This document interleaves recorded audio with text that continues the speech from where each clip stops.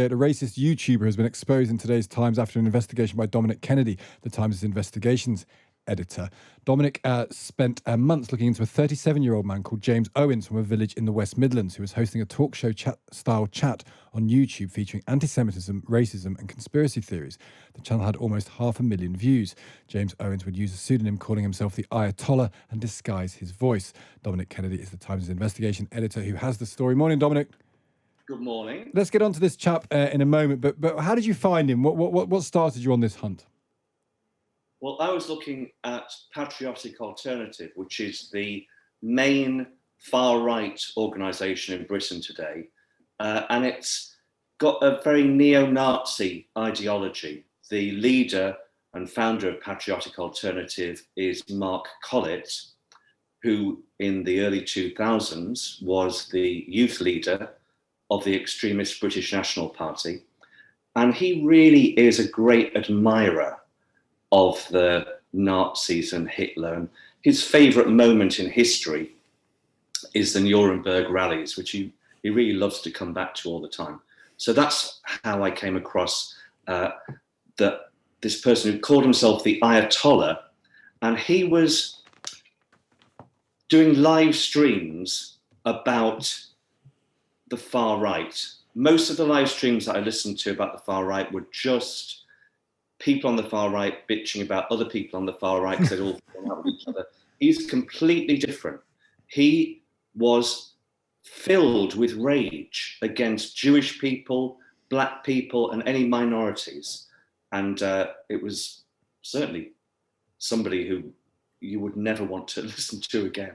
And are they dangerous? I mean, they're evidently morons, and it only take a second to listen to them to establish the scale of how much morons they actually are. But are they dangerous? Do you feel that they are pushing people to do things? The question in this often rests on do they incite behaviour in any way?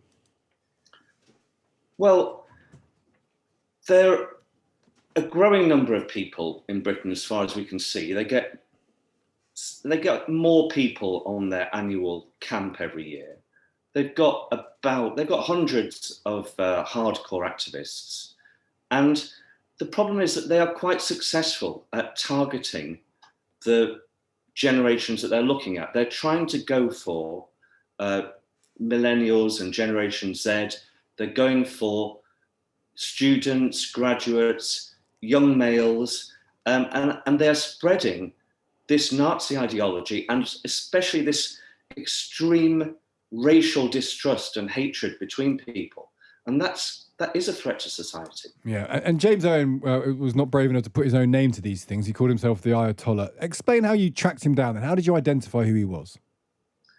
Well, an organisation called Red Flare, and they are an anti-far right group. They infiltrated Patriotic Alternative, and as a result, they managed to meet the Ayatollah, and they could visually identify him, but we didn't know his name. They got a tip off that he was called James Owens from a village in the West Midlands, that he was a sports journalism graduate, and what we were able to find was an old podcast for Liverpool football supporters with a guy on it called James Owens. And we knew from the infiltration that the Ayatollah boasts that he changes his voice when he does his podcasts.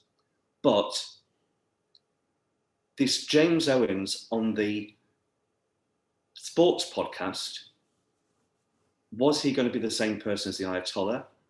The voices definitely sounded different, but we used voice recognition technology, and we're able to do that in order to discover whether he really was James Owens. Well, let's hear that. So we've got these clips that enabled us to enable you to do this. So this is the podcast clip. Stephen Gerrard's delivery in towards the far post. Good contact. It's into the back of the net. Liverpool take the lead. And Joe Allen with the header. So that's the person you thought was James Owen on a football clip, and you played that to voice recognition software. That's correct. Can we hear that? How that worked? Of predatory behaviour, often just violence for its own sake. So that's the two clips you tried to marry up, and in doing so, you got a match. Yes, an almost instant match. They're the same person. Although the football podcast James Owens has got what sound to me like Northwestern vowels, the James Owens, who's the Ayatollah, puts on this Southern English accent, which is quite different. And he never in 700 hours of broadcast, he never lets up. He's very good at doing voices.